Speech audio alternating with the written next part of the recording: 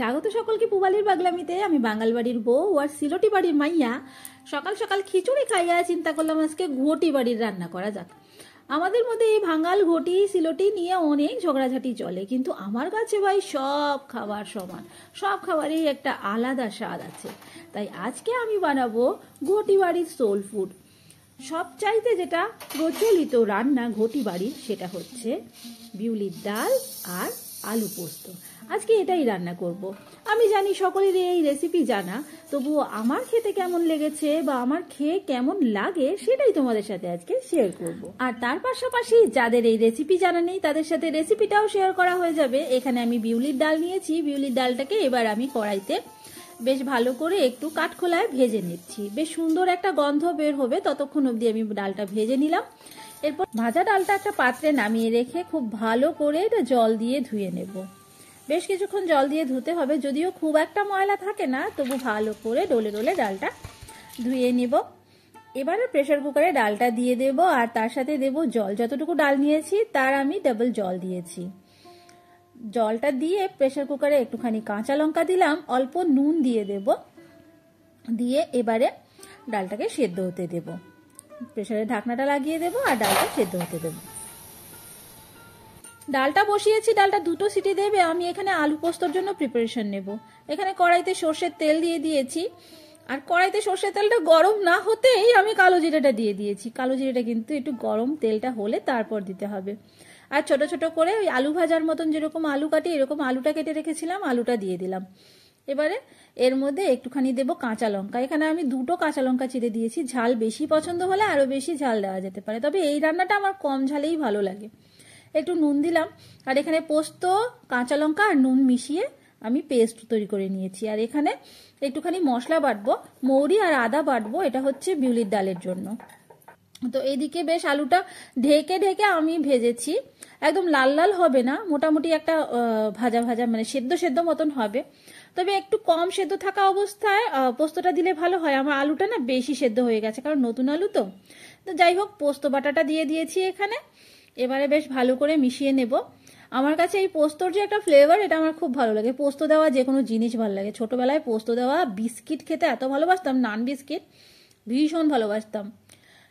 এবারে একটুখানি আমি চিনিও দিয়ে দিলাম, আর পোস্ত বাটা যে ছিল যে পাত্রে সেটা ধুয়ে একটু জলও দিয়ে দিলাম। তো এই পোস্তটা কিন্তু অনেকে একটু ঝোল ঝোল খেতে ভালোবাসেন, তবে আমার কাছে শুকনো শুকনোটাই বেশি ভালো লাগে। অনেকে কিন্তু এর মধ্যে বেশ ভরে অনেকখানি জল দেন, আমি সেটা দিলাম না।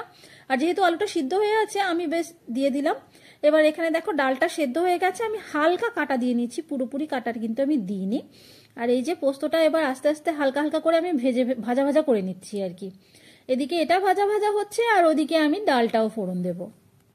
আবারও কড়াইতে সর্ষের তেল দিয়ে দিলাম, আর সেই আবারও আজকে কেন জানি না এই ভুলটাই করলাম, ঠান্ডা তেলের মধ্যে শুকনো লঙ্কা তেজপাতা দিয়েছি। যাই হোক, তেজপাতা শুকনো লঙ্কাটা পুড়ে গেছে। পরে আমি এর মধ্যে একটুখানি হিং দিলাম, দিলাম মৌরি ফোড়ন, তারপরে এর মধ্যে দিলাম একটুখানি মৌরি বাটা আর দিলাম একটুখানি আদা বাটা, দিয়ে এটাকে বেশ ভালো করে নাড়িয়ে চাড়িয়ে নেব। মশলাটা বেশ একটুখানি কষিয়ে নেব, ভাজা ভাজা মতন করব। আমি কোনো রকম কোনো জল দিইনি, এরকমভাবেই আমি কষছি। আর এর মধ্যে দিয়ে দিলাম অল্প চিনি, স্বাদ মতো চিনি। তো ডালটায় তো আমি সেদ্ধ করার সময় নুন দিয়েছি। আর এই যে পোস্তটা দেখো এবার লেগে লেগে এসছে, বেশ হয়ে এসছে। কিন্তু এই সময় আমার ফ্লেভারটা আরও ভালো লাগে, গন্ধটা আরও ভালো লাগে। তো এদিকে আমার এই মশলাটা, যেটা ডালের জন্য যে মশলাটা তৈরি করেছি, সেটাও হয়ে গেছে কষানো। তো এর মধ্যে দিয়ে দিলাম ডালটা। আর এই ডালটায় চাইলে কিন্তু হলুদ দেওয়া যায়, তবে আমি হলুদ দিই না। আমার কাছে মনে হয় এই যে ফ্লেভারের ডালটা, এটাতে হলুদ দিলে ফ্লেভারটা নষ্ট হয়ে যাবে।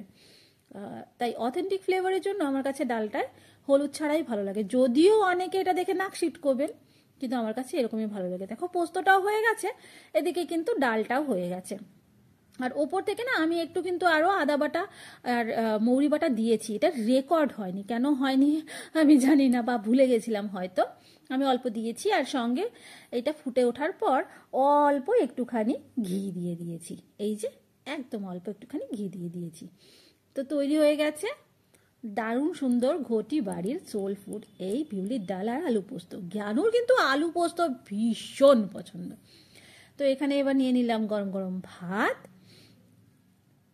একটু বেশি পরিমাণেই হওয়া চাই, সঙ্গে আলু পোস্ত, যেটা কিন্তু খালি মেখে খেতেও ভালো লাগে আর বিউলির ডালের সঙ্গেও খেতে ভালো লাগে। আমার তো খালি খালি আলু পোস্ত দিয়ে ভীষণ খেতে ভালো লাগে, পটল পোস্ত দিয়েও খুব ভালো লাগে। নিয়ে নিলাম বিউলির ডাল, আর আমি একটা লেবু টুকরো নিয়েছি। তো এই ছিল সিলোটি বাড়ির করা ঘটি বাড়ির রান্না। তোমাদের যদি আজকের ভিডিও ভালো লেগে থাকে তাহলে অবশ্যই একটা লাইক করে দিও, আর চ্যানেলটা সাবস্ক্রাইব করতে ভুলো না যারা নতুন দেখছো। আবারও দেখা হবে নতুন আরেকটা ভিডিওতে। ততক্ষণ আমি এখানে একটু লেবু চিপে নিয়ে এই ভালো খাবারটা একটু এনজয় করি। আজকে এখানেই বিদায় নিচ্ছি, দেখা হচ্ছে আবার আরেকটা নতুন ভিডিওতে। টাটা। একটু আলু পোস্ত নিয়ে নিই, দারুণ খেতে।